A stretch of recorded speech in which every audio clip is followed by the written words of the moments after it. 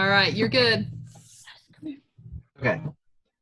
So emergency preparedness, just like citizenship in the community, not all the requirements want to be met tonight.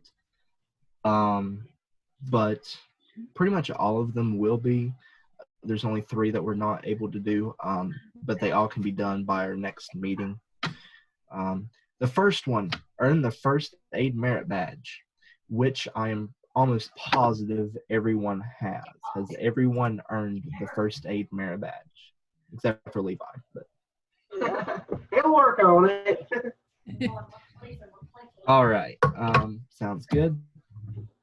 Let's see. There are 5 aspects of emergency preparedness: prevention, protection, mitigation, response, and recovery. So we're going to take a look at what each one of those mean. What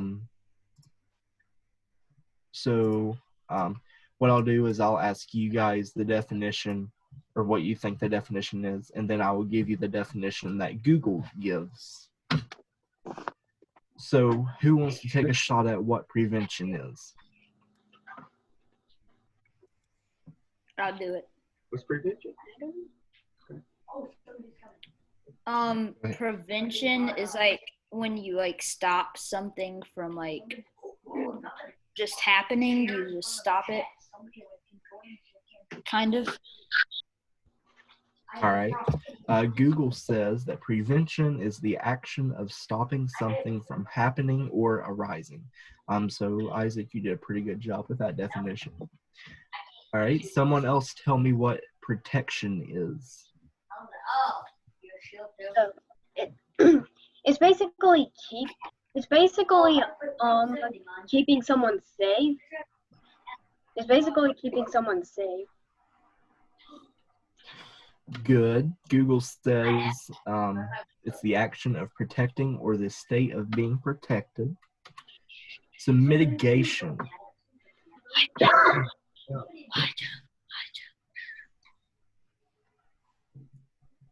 Ethan and Zach, you want to take a shot at what mitigation is? Okay.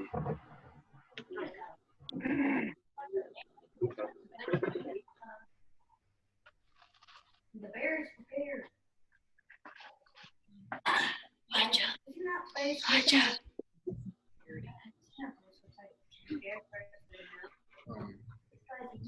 Or Isaac Mosteller, do you want to take a shot at what mitigation is? Severity. What'd you say? Reducing severity. Pretty good. The action of reducing the severity, seriousness, or painfulness of something. I'll be honest, I had no clue what that definition was until I looked it up on Google. So it's been a hot minute since I've done emergency preparedness. Oh, I cheated you. What is response? A reaction to something. Pretty good, Zach. Yay. How you figured that out? All right, what is recovery? Like waking up on the dead or something. When Anyone else want to take a shot at recovery?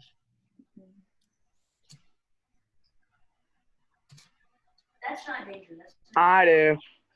Okay, go, Ethan. Retrieving something, getting it back. All right. Google says the action or process of regaining possession or control of something that was stolen or lost.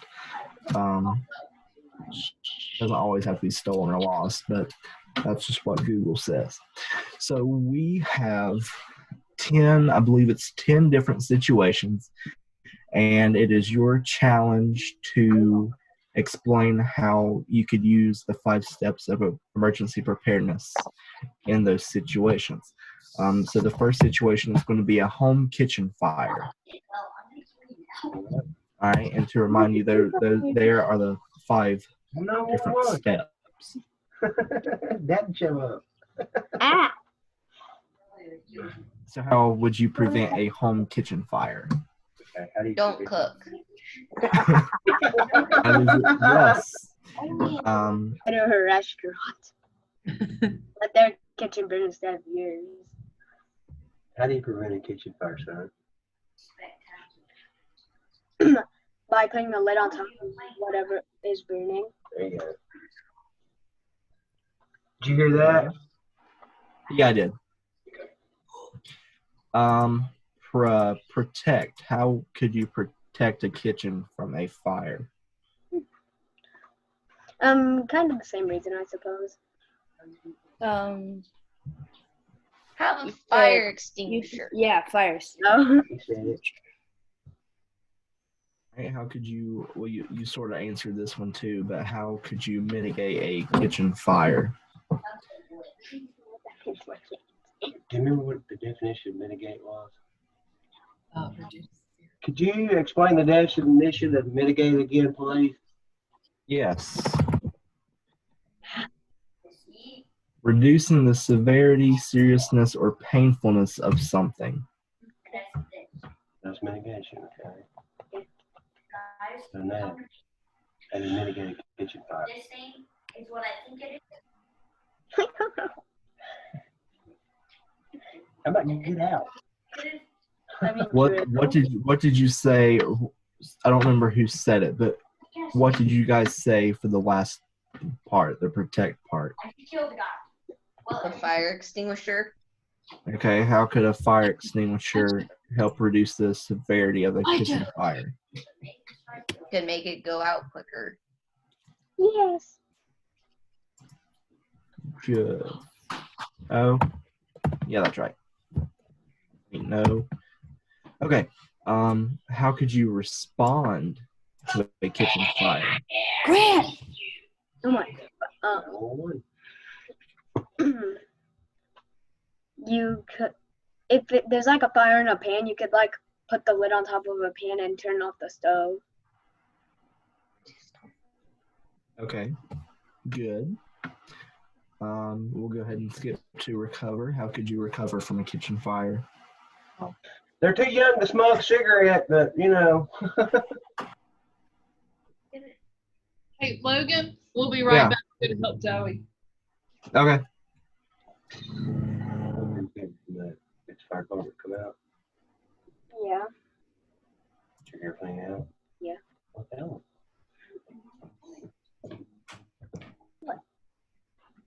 All right. For time's sake, we'll go ahead and skip on to our next one, which is a home, basement, storage room, or garage fire. So most likely some of the same answers there. Anyone have any different answers on how to prevent, protect? How about anytime you see a fire, you call 911? Don't matter. Okay.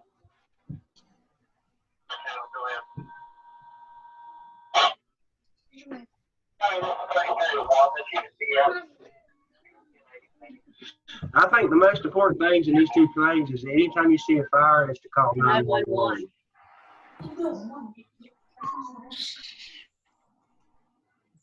Mm-hmm. All right. Our next situation is a foodborne disease or food poisoning. So how could you prevent food poisoning? Contact poison control. Yeah, I don't need spoiled food. To prevent it, just don't eat it. Don't eat it. That's what he said. Don't eat it. But if you do eat it, contact poison control. Look at the expiration. Okay. That's pretty good. Has anyone ever had food poisoning? No. No, but I know somebody that has. Do you know, Ethan, what they did to recover from it? They stayed at home and laid in the bed. That's about all you can do. He's in the same grade as us. All poison control. That's what I said. Yes. All right, our next one is going to be a mountain or backcountry accident.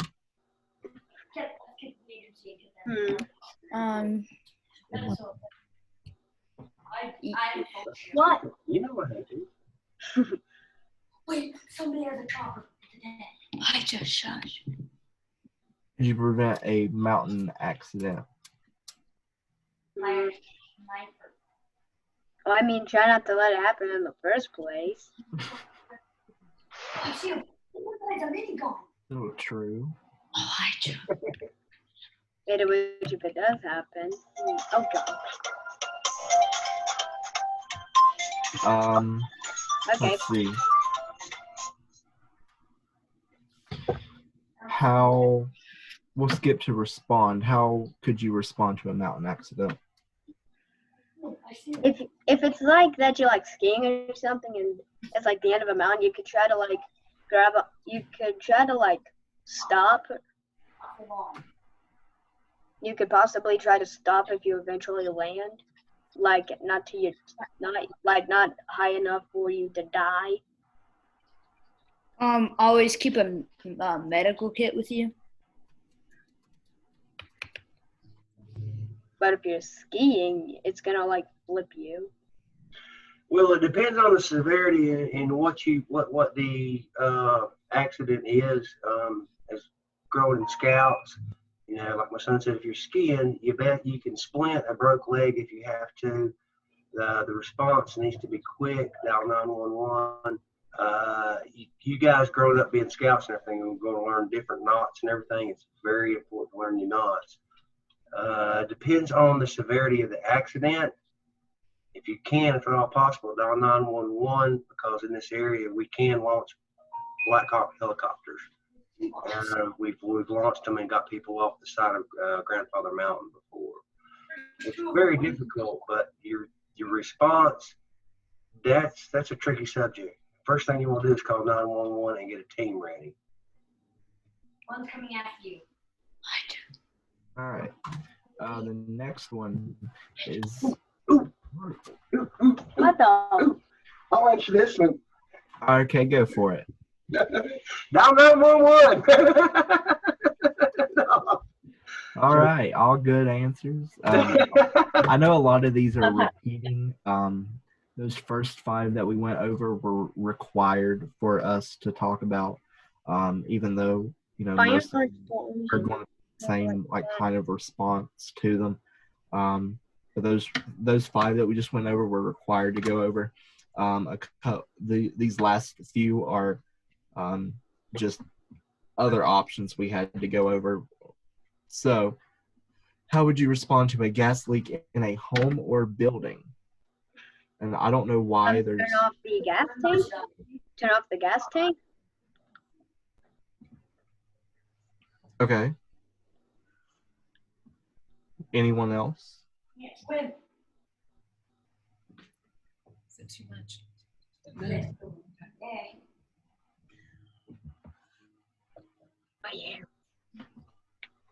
All right.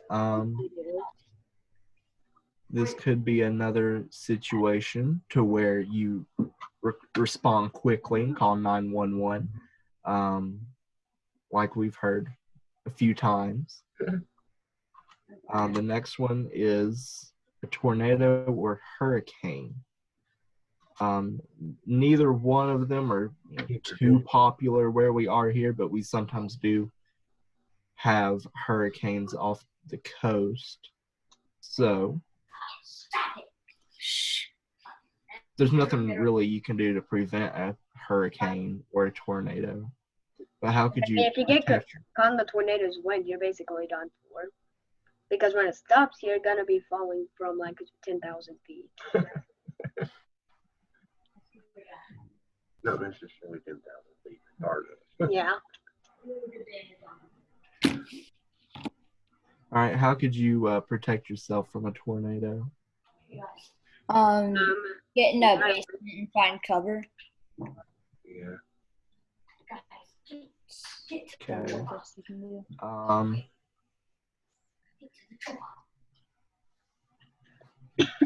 We'll go ahead into the next one, which I can't see. Boating or water accident. Boating or water. Okay. So we have rivers and lakes around here. So this, Boating and the boat explodes and they sink. what did you say? I said people go boating and the boats explode and they sink. Ooh.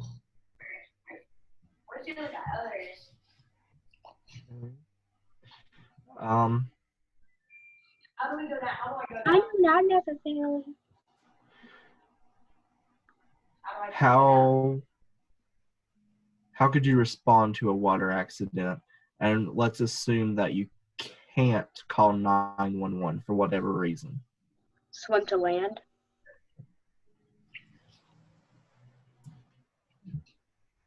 Reach, throw, row and go. Mm. Reach, throw, row and go. Okay. Did any of you at Raven Knob last year, did any of you take swimming? Yeah. Not me. I did. Yeah. What Yeah, did they tell you Go. as far as, responding to a water accident, or like if someone was, I know this really isn't the question, but like drowning or something, how do they tell you to respond in that situation? Try to stay afloat. Like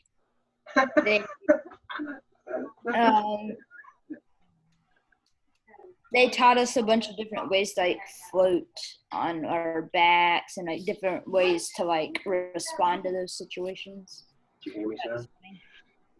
Yeah, you do. Okay, Say it. JB, would you like to answer that? I saw your hand up. Reach, throw, row and go.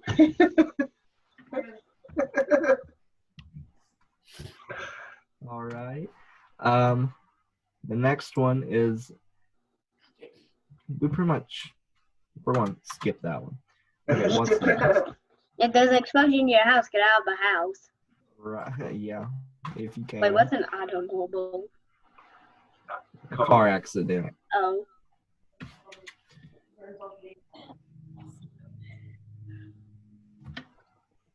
How can you prevent a crash? Seatbelt. Pay attention to the road.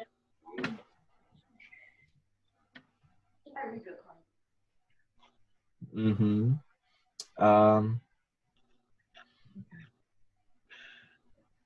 And we pretty much already covered that stuff already. Okay, so drive, man. that's a good way to prevent it. Yeah, Okay. a lot of people do. Yeah.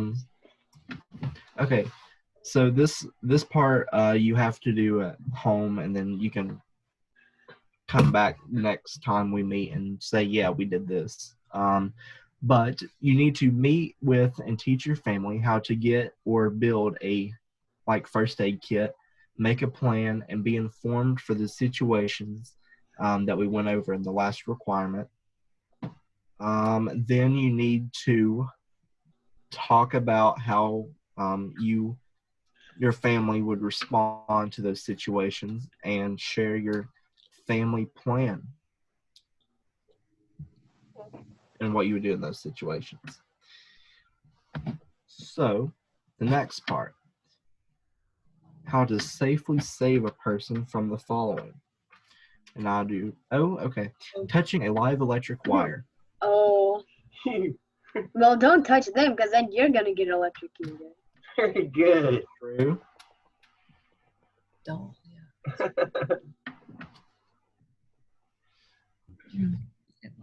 Okay, so how would you safely save a person that was getting electrocuted? A broomstick. Yes, son. How'd you do that? I don't study on that.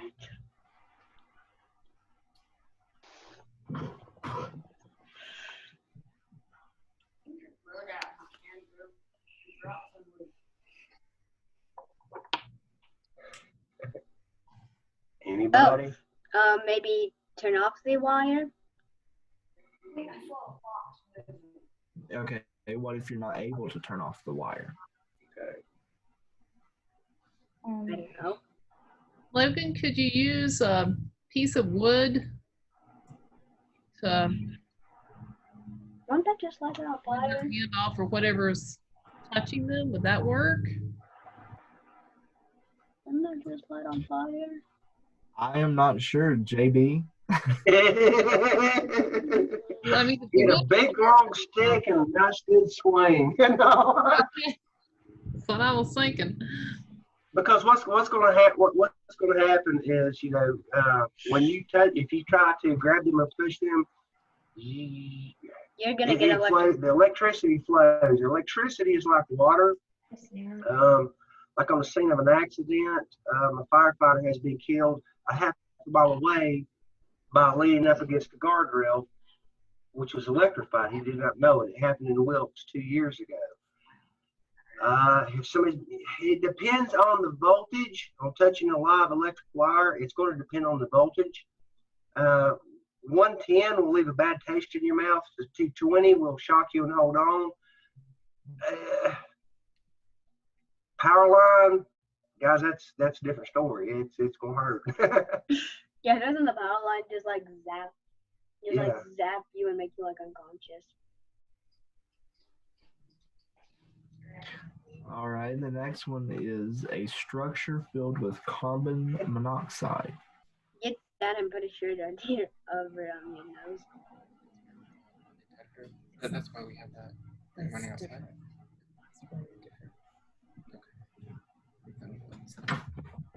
Okay, first off, what is carbon monoxide? It's basically smoke from a fire. You're correct to a point. What else is it? Air that the fire is using. No. Yeah, well, no, the fire is using oxygen. Remember the fire tetrahedron? Yeah. Okay, so what is carbon monoxide? Anybody know? I do. Okay, what is it? Carbon monoxide is the chemical makeup of one carbon atom and one oxygen atom. Yeah. Which does what? Which makes it deadly. Very good. So, if a structure is filled with carbon monoxide, what's the best thing to do? How do you save them? I don't know.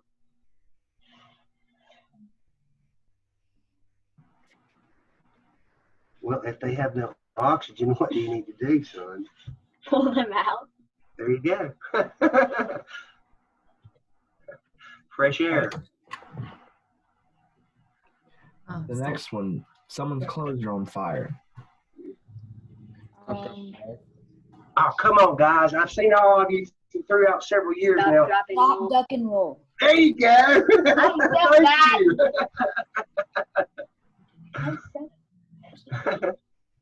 you. Drowning. We already talked about that one. And Accidents on ice. Ooh. What do you mean by accidents on ice? Like bumped in the ice? Probably. I'm not entirely sure. I just typed the requirement question. Well, I mean, you don't want to stay in it because then you're probably going to get hypothermia and die. What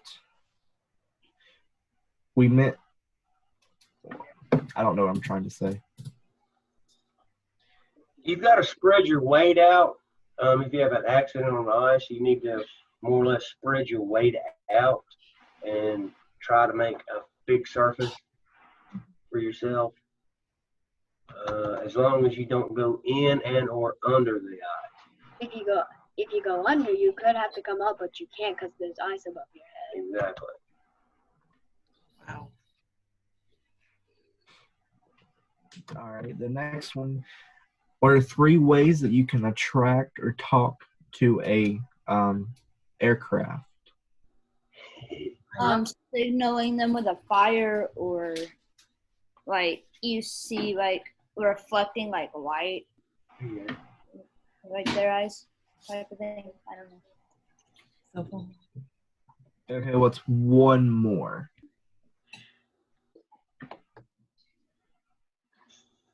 Did you say one, Isaac Mosteller? Whenever it's daylight, you could use a mirror. Yeah. Okay. I think we talked about, it's been a while, but when we were doing wilderness survival, what we talked about, if you were like stuck on an island or something, what on that island could you do to make a sign to aircraft besides If it's like fire? a sandy island, you can like make You out can the write word in- help. You could write in the sand. Help. Yeah, you can write help. Very good. Of course, nowadays it'd be go away. Okay. I mean, but to be How could you transport an injured person out of a remote area?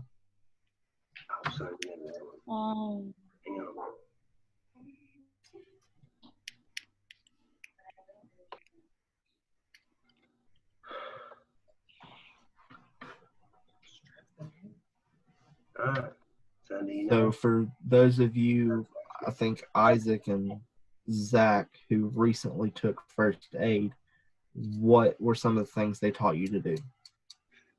Make a human stretcher. Yeah, yeah. we carried people on stretchers, What would you do? basically. Oh. Okay. So you could use a stretcher that you've put together, or something we've already mentioned, if they're able to, move. You could, if they have like an injured leg or an arm, you could use a splint or something like we've mentioned before. But if we can't, a stretcher is a great option. All right. This one has a bit to it, but you have to do this at home. So you have to describe the National Incident Management System and the Incident Command System. You have to identify the local government or community agencies that normally handle and prepare for emergency services similar to those of the NIMS or ICS.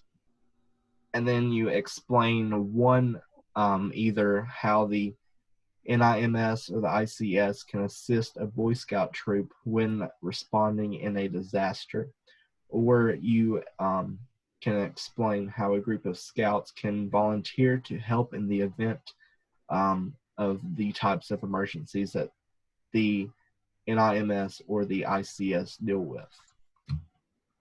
And then the third thing for requirement 6 is to find out who your community's emergency management director is and learn what that person does to prevent, protect, mitigate, and respond and recover from emergency situations.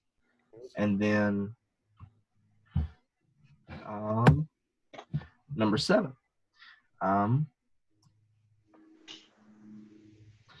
take part in an emergency service project, either a real one or a practice drill with a scouting unit or a community agency.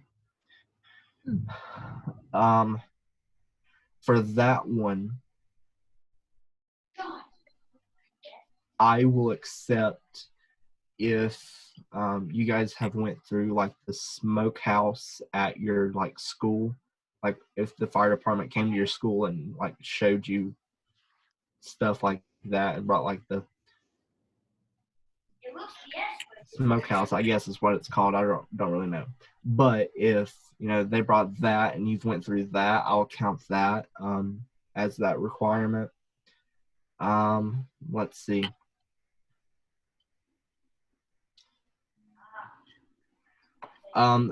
B, the reason it is starred is I would like for you guys to do that at home as well.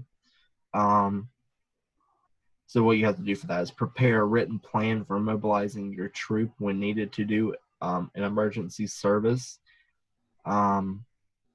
We don't already have a plan on what to do if we're needed for an emergency service, and you can make up whatever that emergency service you want to be.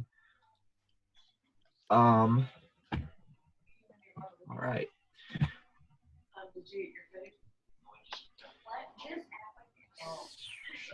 Also, your life's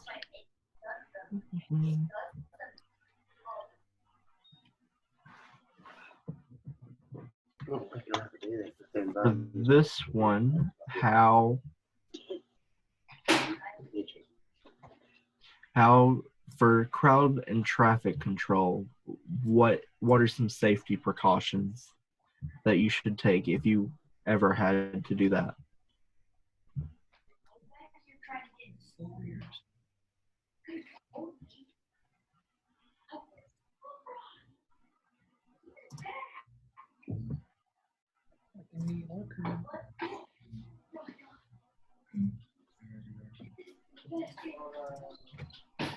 Hey, Logan, Yes. when we were in New York City for the 4th of July, I've never seen a crowd that big.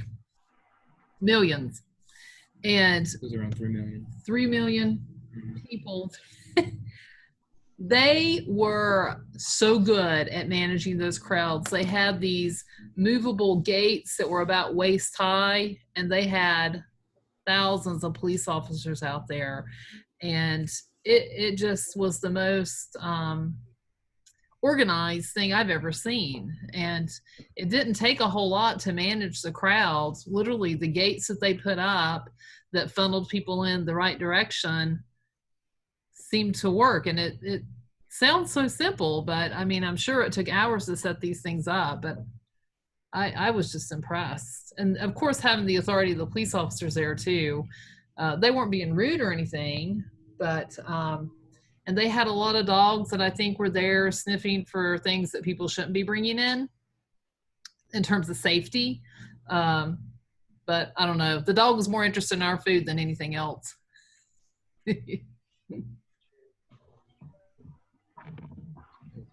Yeah, it was. Okay. Does anyone have anything they want to say for any of the rest of the points that are on there?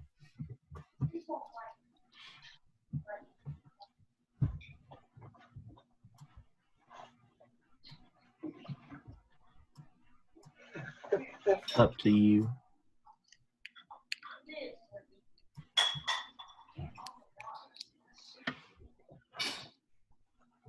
All right, then we will move on to the second part to this, which I believe is a do at home, and it is. Okay, so prepare a personal emergency service pack for a mobilization call. I'm not entirely sure what it means by mobilization call.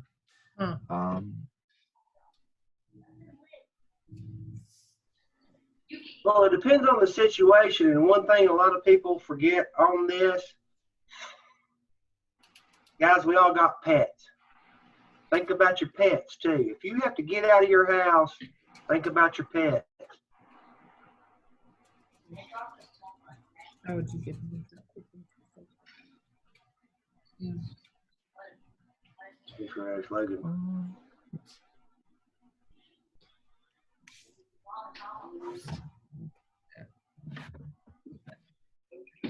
We'll come back to that next time.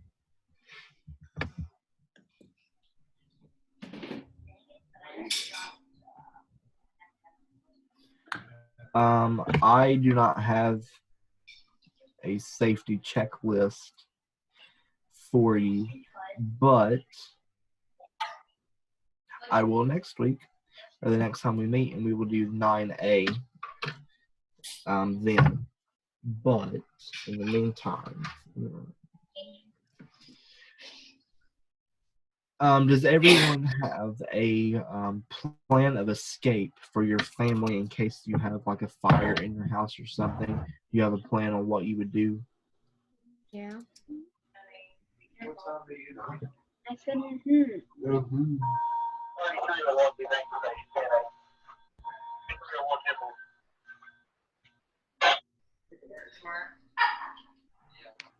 Okay. If you don't have a plan, develop one and then go over it with your families. And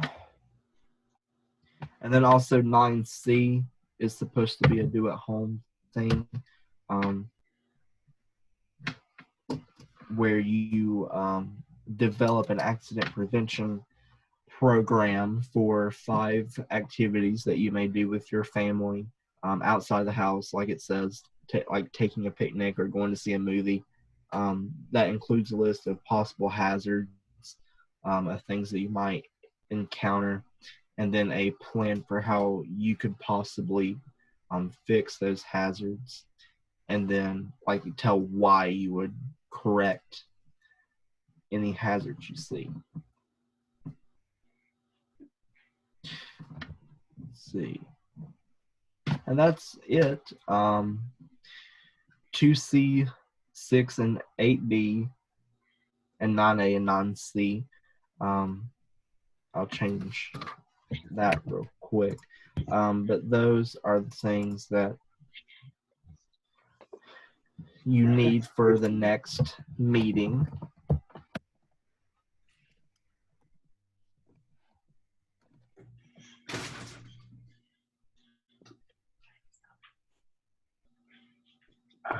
And then, as you all know, you can come back to this video later, and if you forget like what the requirements are, or you can even look them up online what the requirements are. But those are the ones that we would like for you to have done by our next meeting. And I don't know what I have next. Oh, it's just going over those requirements again. I'll let you take a look at them. Just so you know, I'll only have 2C, 6, and 8B, I think, on here, since those were the only original ones I had thought were a do-at-home thing. But there's 2C, and there's all the ones for 6.